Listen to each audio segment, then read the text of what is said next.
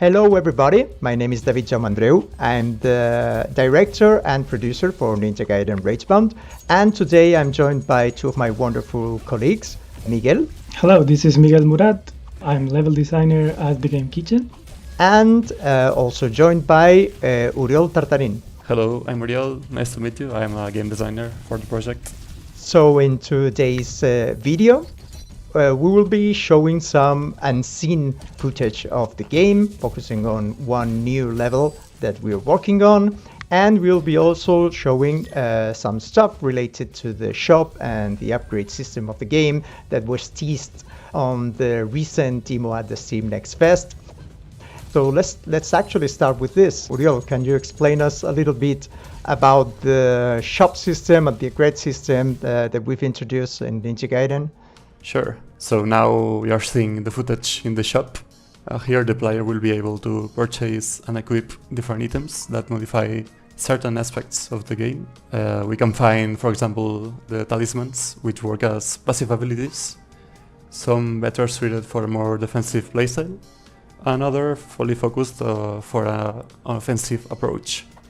There are also what we call secret arts, which would be similar to what ninjutsus are in NES games. The player can equip a spider weapon and a powerful ability called Ragebound art. Nice, so we'll be seeing in action some of these systems throughout the level that we'll showcase. This level is placed around the beginning of Act 3, at the same time more or less that the castle level that we showcased at the Steam Next Fest demo. And Miguel, why don't you explain us a little bit about the idea behind this level? So in this level, we are at a construction site that is near the Kamakura region in Japan. Like we can see all these sort of things that you would find in these places, like a forklift, cranes, like saws, and you play around trying to find one thing that is important for the story at the very end, and you'll find the boss that you'll see her quite a lot around this level actually. This is actually one of my favorite bosses and enemy characters in the game, and we're seeing already here some heavy usage of the chakram weapon, spider weapon, I think, Uriol? Yes, this one is called chakram.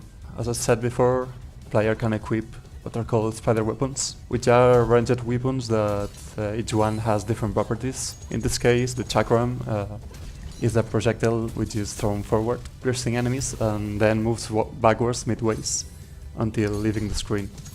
It's very useful, for example, to deal with enemies that are hiding behind shielded enemies, which are difficult to reach.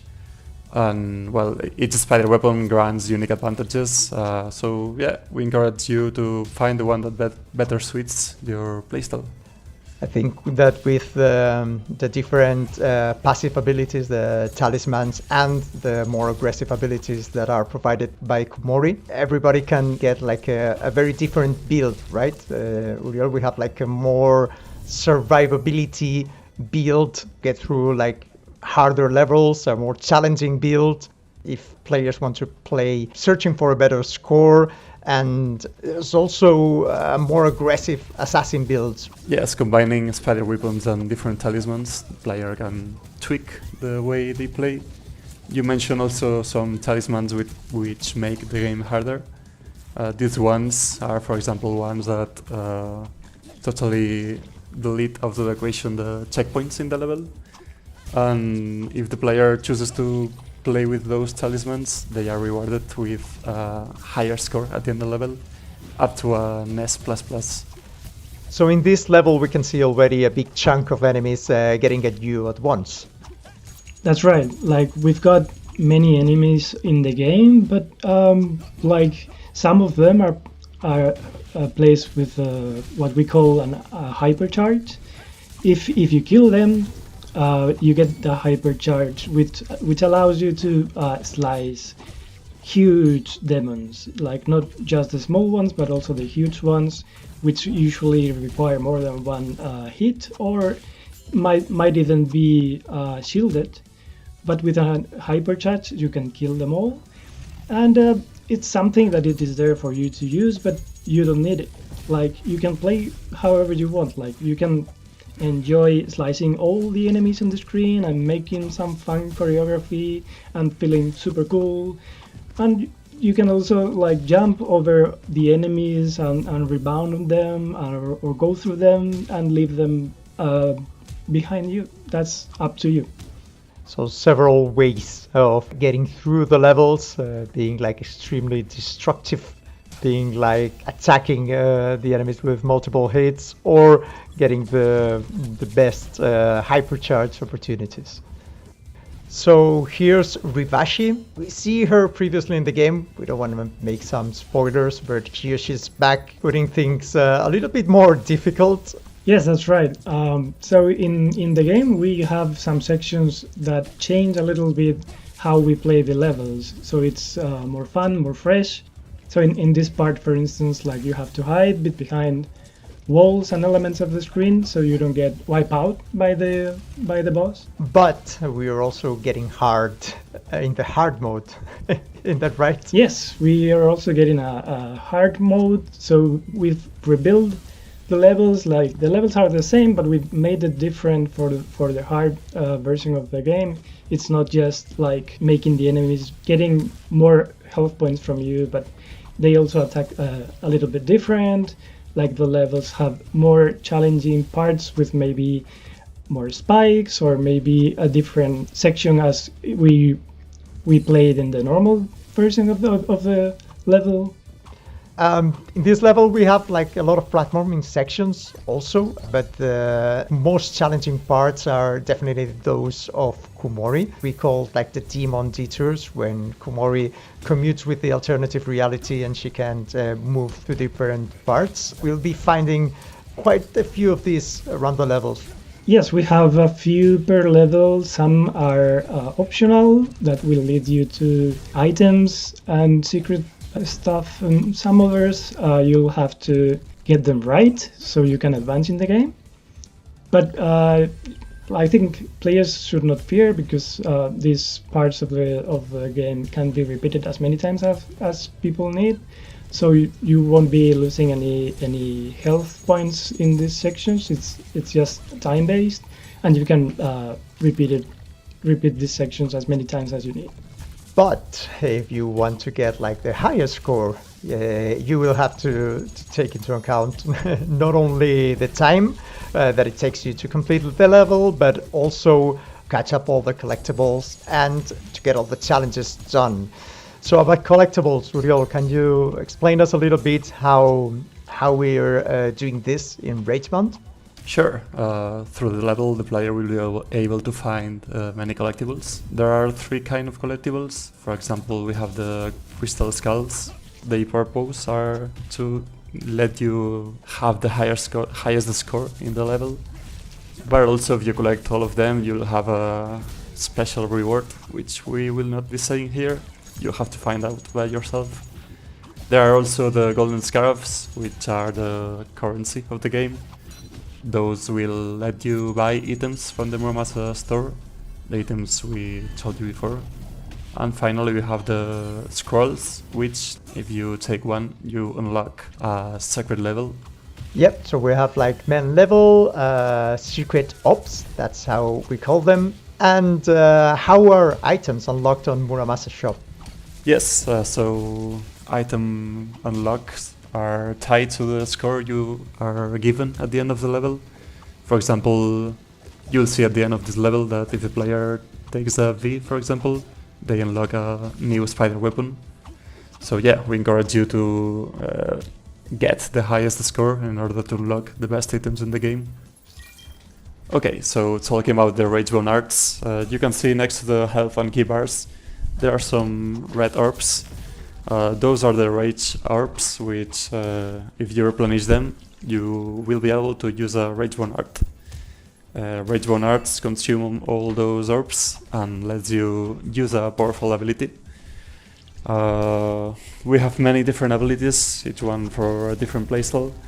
For example, we have some offensive ones, which are a screen clearing attack. and others like that give you more utility, like freezing time or granting you a pool of healing powers. Yeah, so the idea is that we have like different offensive, defensive attacks, talismans, etc. Like so that every kind of player can find his own way of playing Ragebound. Okay, so this is an interesting bit. The Red Demon is getting his revenge with the bulldozer after being run over, or his demon family, with a forklift. Yeah, the game is full of these small size bits that break a little bit the action in different styles, and it will surprise the player more than once, I think. So now we're getting into this boss fight, one of my favorite evil characters in the game, that takes place in this ancient temple that has been unearthed during the construction works. It's quite a fun and dynamic fight. She's one of the smallest, I'd say, bosses in the game, right, Uriel? Yes, this one is mainly flying all the time. She attacks you by throwing lightning strikes at you. And as you can see, from time to time, she casts you some lightning rods. And one of those is always glowing in a pink aura. Destroying this lightning rod with a range attack grants you an hypercharge attack. And if you deal this hypercharge attack to the boss, you can stagger it. So you can gain a pretty big window to hit it and deal massive damage to it. Yeah, this is something that is like common between all the enemies, right? You can go like to deal heavy blows, but you can also like try to stagger them to get like a free chance of a multi-hit. Yes, you can deal cheap damage to it by jumping and attacking, but you always have to look forward for these hypercharged windows, which each boss has it differently. And yeah, that's your goal in each fight, is to stagger it and deal a lot of damage. So this would be like kind of the early mid-game boss in terms of like difficulty patterns, etc. We'll be finding a lot of big creatures. Yes, a lot of big creatures and others not that big, but equally dangerous. But yeah, quite a lot of variety we have here. As you can see in the boss fight, like when you got the first hit, there was a pop-up that said that you failed one of the challenges of this level. So on top of everything else, in each level we have different challenges that are defined exclusively for each level. And in the case of this level, like one of them is to do a no-hit during this fight. But there are several different kinds of challenges, like defeat different kinds of enemies, or like fly through a part of the level without stepping on the ground, doing guillotine boosts on a certain amount of enemies. And I think it's an extra challenge for those who want a little bit more, and will get rewarded with more score. Okay, so until here, today's video of Ninja Gaiden Ragebound. Remember, the game will be out on July 31st on all platforms, and we're really looking forward for you to play them. Thanks a lot for staying with us, and until next time.